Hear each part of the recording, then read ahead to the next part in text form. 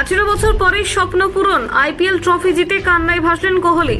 শেষমেশ কি ট্রফির অভিশাপ ভাঙলো আরসিবি? একই মাঠ, দুই কান্না, এবার আনন্দাশ্রু কোহলির চোখে। শেষমেশ অপেক্ষার অবসান। 2025 সালের আইপিএল ফাইনালে 6 রানে পাঞ্জাব কিংসকে হারিয়ে প্রথমবার খেতাব জিতল রয়্যাল চ্যালেঞ্জার্স বেঙ্গালুরু। 18 বছর ধরে বারবার চেষ্টা করেও যে ট্রফি অধরা ছিল তা মঙ্গলবার কোহলির হাতে উঠতেই ভেসে গেলেন আবেগে। ম্যাচ শেষ হতেই মাটিতে শুয়ে পড়ে কান্নায় ভেঙে পড়েন তিনি। গ্যালারি থেকে ছুটে আসেন অনুষ্কা, স্বামীর এই ঐতিহাসিক মুহূর্তে জড়িয়ে ধরেন ভালোবাসায়। প্রথমে ব্যাট করে আরসিবি তোলে 190/9। কোহলি করেন 35 বলে 43, যা নিয়ে উঠেছিল সমালোচনা। তবে বোলাররা সেই ইনিংসকে করে তোলেন অর্থবহ। কুনাল পান্ডিয়া 2টি উইকেট নেন 17 রানে।